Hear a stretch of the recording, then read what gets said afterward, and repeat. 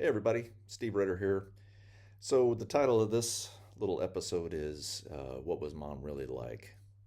Um, I was riding along. Some folks have left some comments about um, asking about some memories, some extra memories of mom and stories about her and everything else. And I that got me thinking and remembering back a lot of stories from my past and things and that I think will give you a little bit more insight into who my mom was. Now there's the persona you see on the YouTube while she's cooking and all, and then there's uh, real. There's a lot of what you see that's there, but there's more to it, as we all are uh, complex people. But I want to share some stories with you. I think my earliest memory was my fourth birthday in 1972.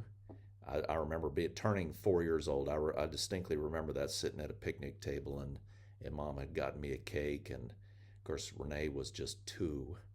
She wasn't even two at the time. So, um, and I was out on the back picnic table, and mom took a picture of me. And we had that picture in my baby book, or my growing up. And I remember that. And we've gone back since, and I've driven past, and of course the kids are always, oh, here we go again. But I just going by the old house there on Arony Street in Newport News, Virginia, and I'll drive around and drive around the block, and it seemed so huge when I was a kid, and now it's just like, oh, like, man, I can almost step across this. But going around the corner and looking back and seeing in the backyard and remembering that's changed quite a bit, obviously, in 48 years. Uh, but in a lot of ways, it's the same. But I remember that mom doing that.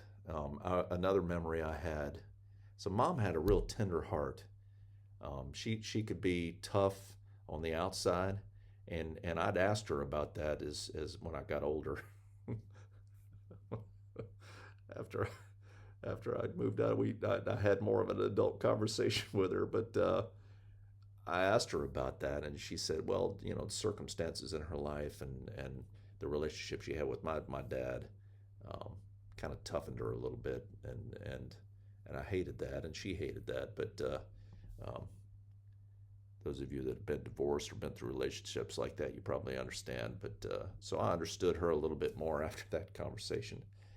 But I I was remembering, but she did have a tender heart. Bucky talked about that too a lot. He said he saw that. We saw it, obviously. But uh, when I was a kid, I remember my first play, and we went to a church school there in Newport News, and I remember dad came, mom, and it was my first play, and it was it was like little vignettes, little musical, little short. That was about all the kids our age could remember, three or four lines and a little vignette, and it was that song, "Where oh where is my little dog gone, or where in the world could he be, with his little brown tail and something something something, where could he be?" It was the song, and the other kids sang it, and I was the dog. And when he finished with the song, I would jump out and go row row and bark and come out there, and so that was my lines. My first big part was as a dog, and I barked twice and ran out. So um, I remember that, I was all excited because we were all excited because our parents were out there, and he sang the song, and then I jumped out and I did that, and the whole place just started erupting laughing because it was so darn cute. Because I am.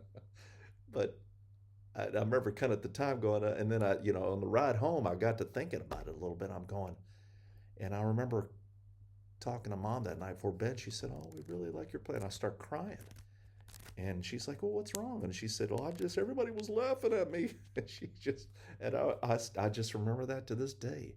I remember her just kind of laughing like parents doing, and just her heart just you know spilling out. She goes, "Oh, they weren't laughing. They thought it was funny, and we all did, and it was great." And okay, so um, she so just that you know comforting me there, let me work through that. But um, we uh, we moved to Canada in 1970, late 1975.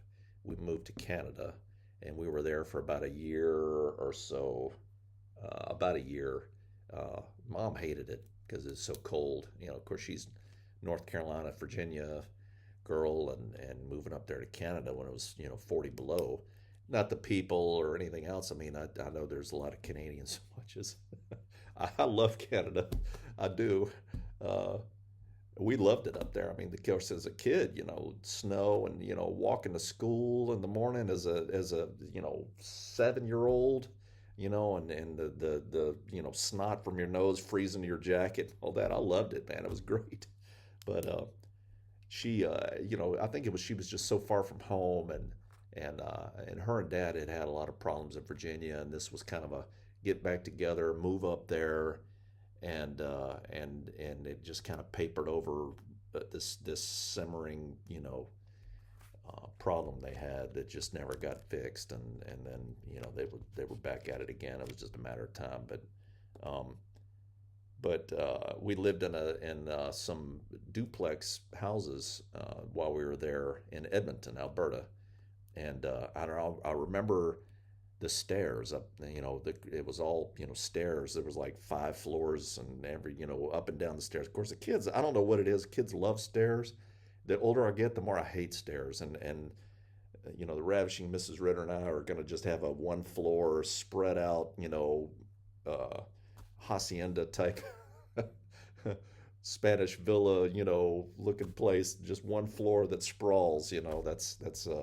But mom, she's like, oh, I couldn't stand it. She said, having to go up the stairs, all the way up to get the clothes, and all the way down to the basement to do the laundry, and then all the way back up again, and then of course Arlene was saying the same thing. We lived in Germany because all the houses there were like that we lived in, was stairs up and down, up and down, up and down all the time. So um, I had one other memory that she used to tell us, um, before we would go to school. So she fixed us some breakfast and all, and then we had to go, get dressed and get ready and all that. And I always remember she'd always say the same thing every morning. She'd say, brush your teeth, comb your hair, wash your face and hands. And it was every morning she would say it. Brush your teeth, comb your hair, wash your face and hands. Brush your teeth. And then I just remember me and Renee would just start singing that. As we're going up the stairs, brush your teeth, comb your hair, wash your face and hands.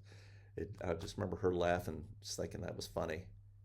So just silly the things you remember like that. But I always liked to get mom to laugh, jokes or whatever, and she was she was voted wittiest in high school in her high school class, so she had a great sense of humor. And I've had family um, talk with me, and a cousin of mine who's actually as old as my mom, she or just a little bit younger, but so she was the daughter of my aunt Helen, who's I think she's 97 now.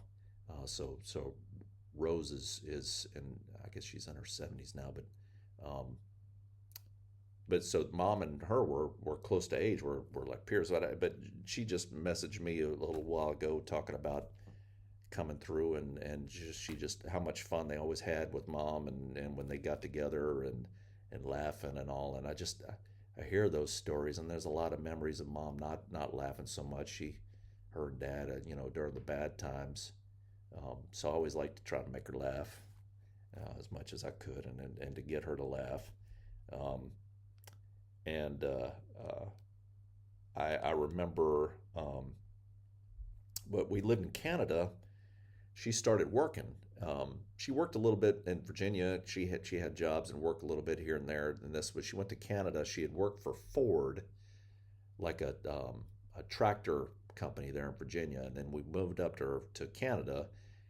And she talked about this about a year ago when we were when I was there with her, and I talked with her quite a bit, and all her memories and I asked her a lot just because I wanted to know before she passed, more about her. And but she worked for this Ford place in Canada.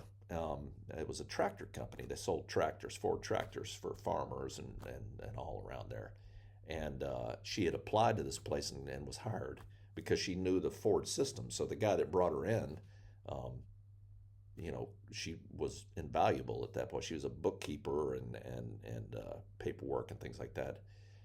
Uh, Quickly made herself indispensable, and that was mom. She was very conscientious, uh, hard worker, smart, really smart. I think she was the salutatorian in her high school class there at West End High School. Anyway, she always real smart as you all have seen. I mean, she's into everything and she's very meticulous and coming together. And I've seen a lot of her notes and things for her videos before she puts them together. She does a lot of research ahead of time, so she knows what she's talking about. And um, we moved to South Carolina. She worked for a forklift company. Same thing. She was a bookkeeper. And on her own, I always remember this. I always remember being so proud of this. She had gone in and uh, and had taken on herself, going, okay, well, how often do parts break? And she went and researched it and worked with the parts department and the maintenance guys and everything else and started compiling this database of parts and how often they were changing out certain parts. And over a period of time, she developed um, this database of okay, well, this part historically breaks on average at this point, and developed this database, which I started off as an Air Force maintenance officer, and they have a system like that in the Air Force. They're time change items that they know that this part historically breaks at the 100-hour point. So at the 95-hour point, you change it out so that it doesn't, and you just stay ahead of it instead of just waiting until it fails. You swap the part out and repair it if you can, or update it or whatever. Well, she had done this with the forklift thing, and I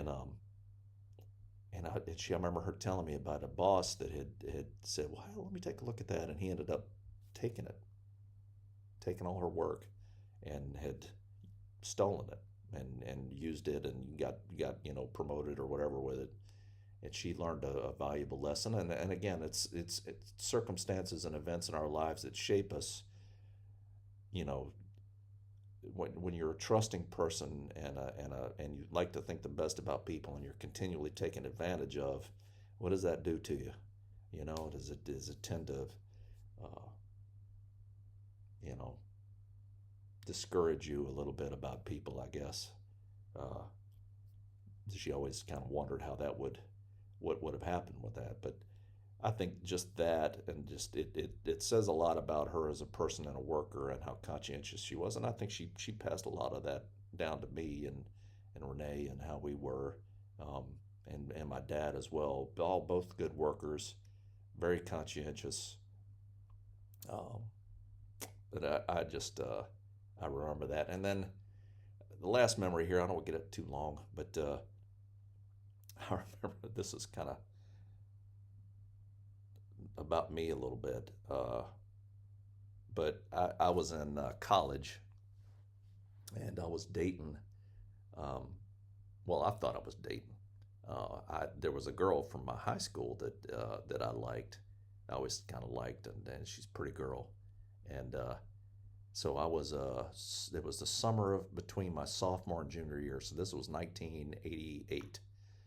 And so it was toward the end of the year. I just kind of reached out. We struck up a conversation, and so I came home that summer, and I'm like, hey, well, how'd you like to go out? So we did, and went out a couple times, and I'm kind of going, oh, hey, this, I like this girl a lot, and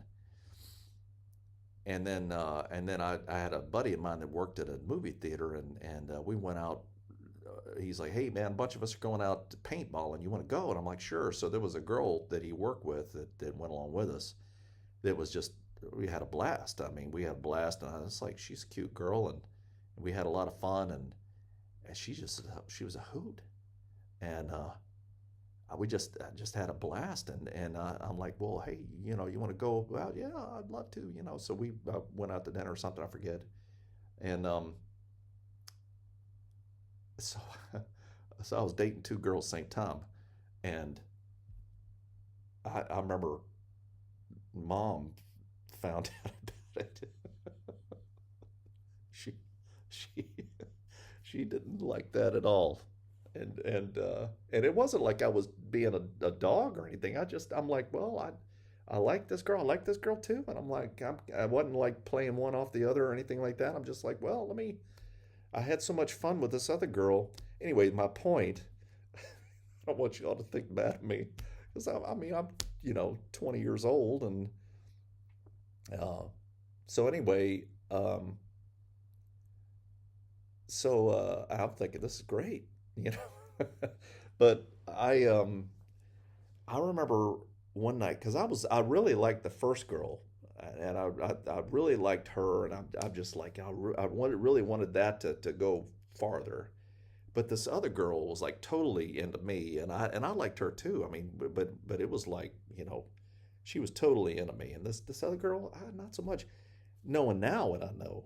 Anyway, and this is kind of the conversation. We were sitting there one night, and I was just kind of like a little frustrated, and going, I'm just, man, this is just kind of going nowhere with the first girl, and but I wanted to, but and then there were her and Bucky were there, and they were talking. I just remember the conversation, how it was like an adult conversation, and she's like, well, what about this other girl? And I told her about her, and she said, and I just remember her and Bucky. I mean, from the years of experience and the years of knowing and relationships and everything else. And they go, and I remember mom just looking at me going, well, Stephen, it sounds like this second girl really likes you, and sounds like you have a whole lot of fun with her. And I'm like, yeah, yeah, you're right. And I just always remember that. And Arlene and I passed that down to our children. I mean, and I hope that we've taught them. I mean, to recognize when you start a relationship and you start developing a relationship with somebody, that you really look for those signs of this person really likes you and is interested in you, and this other one is just you're totally into that person, but they're not into you. And that was my first hard lesson about that, because I really liked that first girl, but the second girl, I'm like, God, I mean, yeah, that's she's like, sounds like she's more the person you need to be with. Sounds like you have a lot of fun and you like being around her. I'm like, oh. And I just always remember that conversation, and it helped me out, So um, anyway, I don't want me to go too long, but I just wanted to share some of these memories just to give you a little bit of insight into mom, um, a little bit of the type of person she was, and the advice, and how she kind of helped shape me and the person I am. Um, but anyway, so I don't cry anymore when people laugh when I say thanks, because you know they're not laughing at me. Anyway, I hope you all have a great day. I hope this gives you a little more insight and all, and I appreciate your time, and I appreciate y'all. And this is the Colonel signing off. We'll see y'all next time.